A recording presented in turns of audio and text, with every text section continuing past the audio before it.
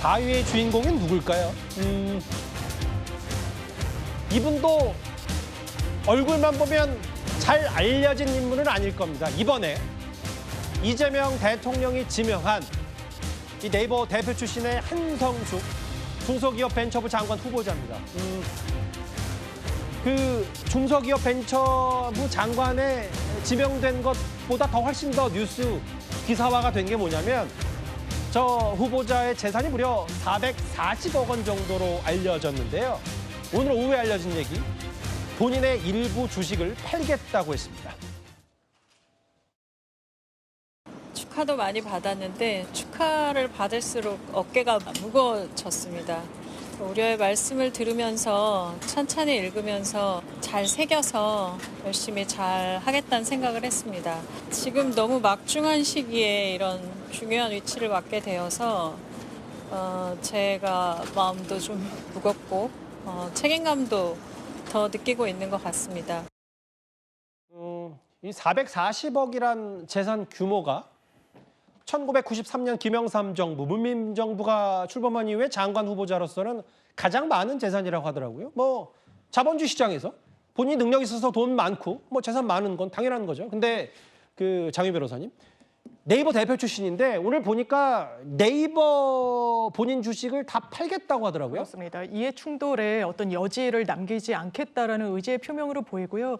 일단 우리나라에서는 기업인 출신들이 바로 이런 이유로 본인의 재산이 완전히 공개되고 보유하고 있는 자산도 매각해야 되는 그런 이유로 입각을 꺼려하는 분위기도 있습니다만 뭐 미국 등 자본주의 선진국 같은 경우에는 기업인들을 발탁하는 일들이 상당히 많습니다. 다만 한성숙 그 내정자 같은 경우에는 많이 보유하고 있는 본인의 주식 그리고 뿐만 아니라 오해 소지를 또 불식시키기 위해서 본인의 모친이 소유하고 있는 이제 대기업 관련 국내 주식을 이제 전량 매각하겠다. 그 어떤 액수만 산정을 하더라도 20억 원이 넘습니다. 예. 이런 부분과 관련해서 이 어떤 청문회의 사전 포석이자 또 어떤 잡음을 최소화하고자 하는 전략으로 보입니다. 그러니까 뭐 아주 단순히 거칠게 비교하면 이제 주식과 장관 자리를 맞바꾼 셈이 되기도 한 거네요. 그러면 어쨌든 여러 논란과 이해 충돌에 대비하기 위해서 관점에 따라서는 그렇게 볼 수도 있을 것 같습니다. 네이버가 23억 원치, 8,000주 넘게 최근에 이제 뭐 AI 시대나 뭐 여러 그 모르겠어요. 저 스테이블 코인 뭐 이런 것 때문에 이런 네이버 같은 주식들이 많이 오르던데 네이버하고 현대차, 삼성전자 우량주들을 전량 팔기로 모두 팔기로 결정을 했습니다. 다음 화면을 볼게요. 재산이 부동산이 이제 134억이 있고요. 주식 중에 이제 네이버 23억 있는데 미국 주식, 미장 주식도 갖고 있어요. 그 테슬라 10억에 애플 2억. 이건 일단 놔두고 네이버 거는 네이버 대표 이해 충돌했으니까 다 팔고 스톡 옵션도 254억 갖고 있고 총 재산이 440억이다. 뭐 재산 규모만 갖고 아까도 제가 반복해서 말씀드린다만 뭐가 문제 있다 없다라고 말씀드릴 수는 없어요. 근데 이제 정혁진 변호사님, 최근에 어쨌든 이재명 정부가 뭐 대출 6억 얘기, 그리고 상가, 뭐 대출 규제 이런 걸 얘기하는데 주택도 4개, 상가 땅까지 뭐 이런 부분이 앞으로 야당의 검증 대상이 될 수는 있겠습니다.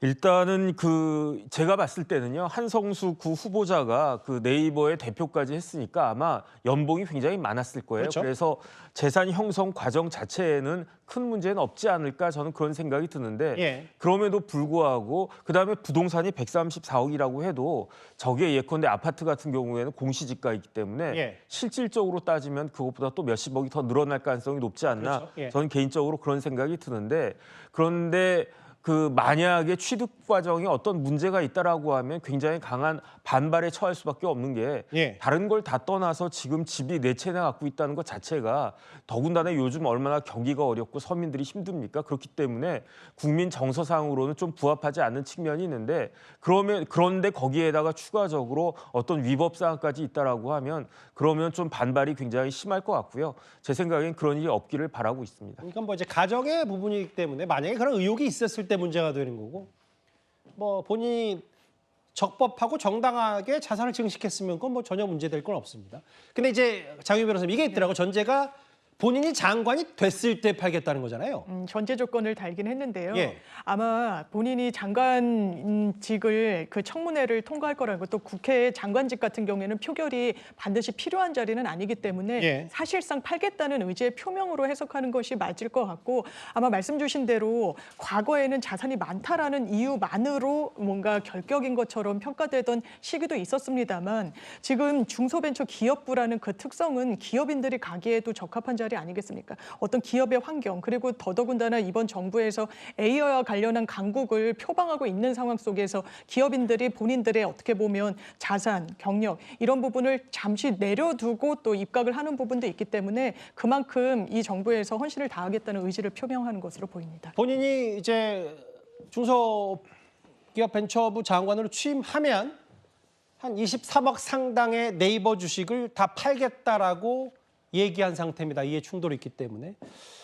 또 다른 장관 후보자도 한번 검증을 해볼까요? 김영훈 노동부 장관 후보자. 그런데 철도운전사라는 이력 때문에 많은 화제가 되기도 했었는데 과거 음주운전 벌금형 전과가 확인되기도 했습니다. 여러분 안녕하세요. 노동부 장관 후보자로 지명된 김영훈입니다. 수고들 많으십니다. 무거운 책임감을 느낍니다. 설렘보다 두려움이 앞서는 것도 사실입니다. 하지만 모두가 행복하게 일할 수 있는 나라를 만들라는 주권자의 명령을 무겁게 받아 안고 저에게 주어진 소임에 최선을 다하겠습니다. 감사합니다.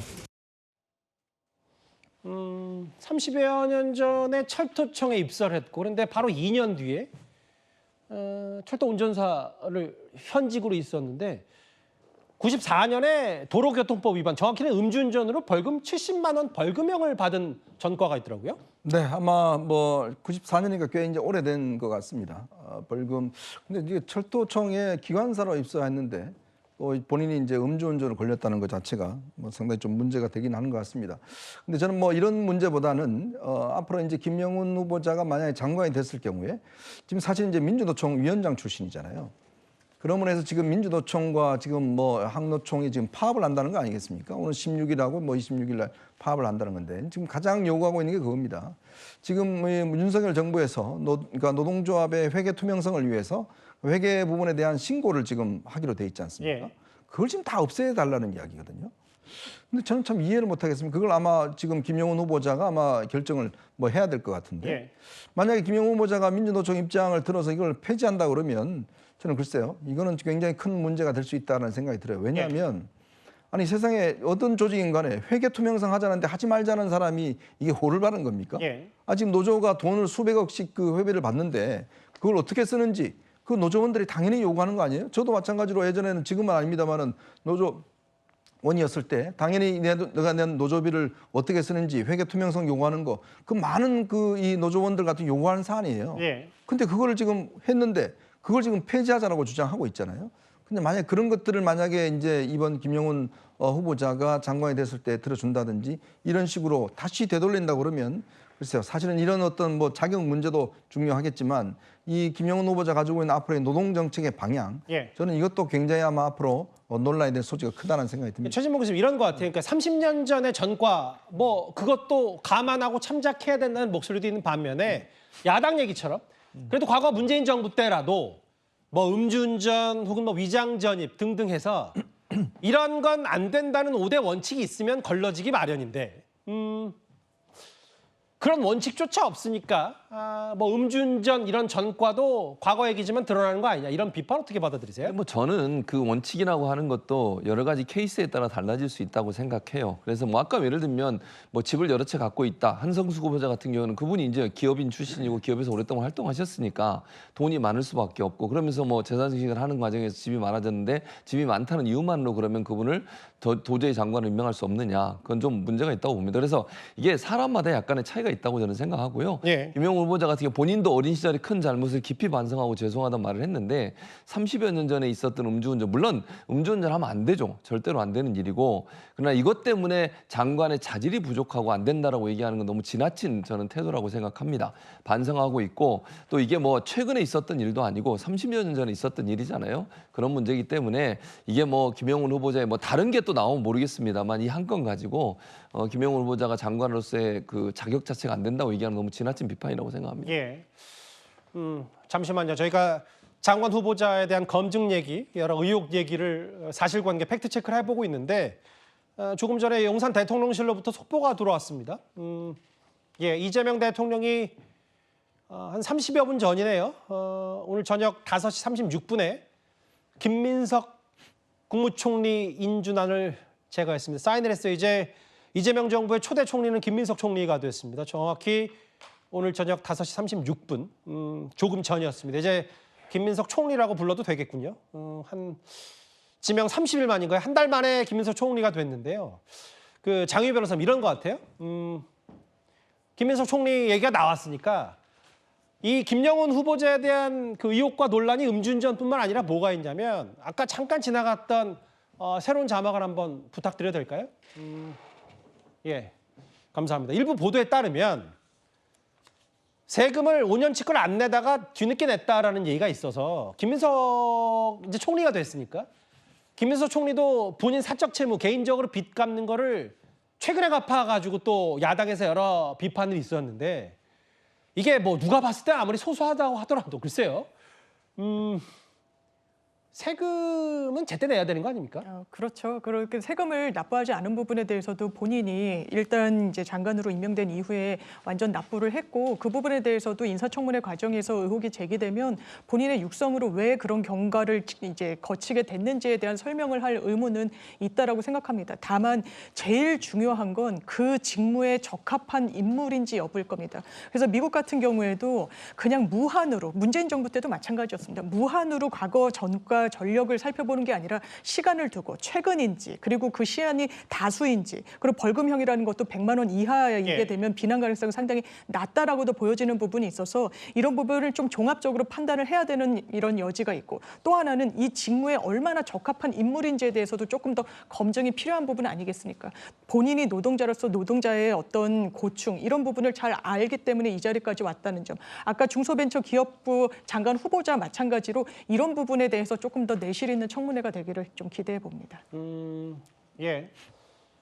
뭐 저도 장유 변호사 말씀에 공감해요. 근데 이제 마치 거칠게 비교하면 장관 후보자가 안 됐으면 또 저 세금 제때 안 냈을 거 아니냐는 비판도 뭐 감내를 해야 될 것 같아서요. 청문회 준비하면서 알게 돼서 뒤늦게 납부했다. 청문회를 준비하면서 알게 됐다라고 김영훈 후보자 측은 얘기하고 있는데요. 정혁진 변호사님. 국민의힘에서는 변호인단, 전과자, 이해충돌을 합쳐서 변전충이라고 하는데 글쎄요. 뭐 국민의힘도 사실 그 날카롭게 장관 후보자를 검증하는 것 같지는 않아서 청문회 과정을 좀 더 지켜봐야 되겠지만 뭐 김영훈 후보자 관련 얘기는 앞으로 청문회 과정에서 여러 도마 위에 오를 것 같긴 합니다. 글쎄요, 이제 김민석 총리가 이제 인준이 됐으니까 지금부터는 장관 후보자들에 대한 이제 검증이 시작이 될 수밖에 없을 것 같은데 예. 제 생각에는 국민의힘이 굉장히 말 그대로 무력한 것이 아닌가 그런 생각이 들고요.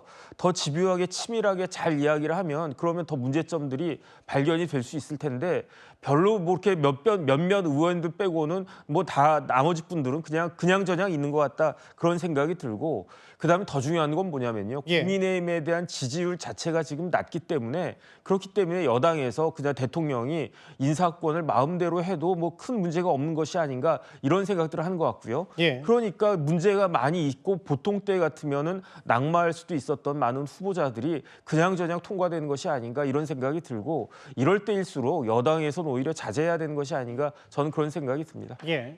그냥 저장이라는 표현을 몇 번 쓰신 겁니까? 예, 알겠습니다. 본인이 갖고 있는 네이버 주식을 다 팔겠다는 중소기업벤처부 장관 후보자 얘기와 조금 전에 정확히는 5시 36분 대략 한 4, 50분 전쯤에 김민석 총리가 됐습니다. 이재명 대통령에 사인을 하면서.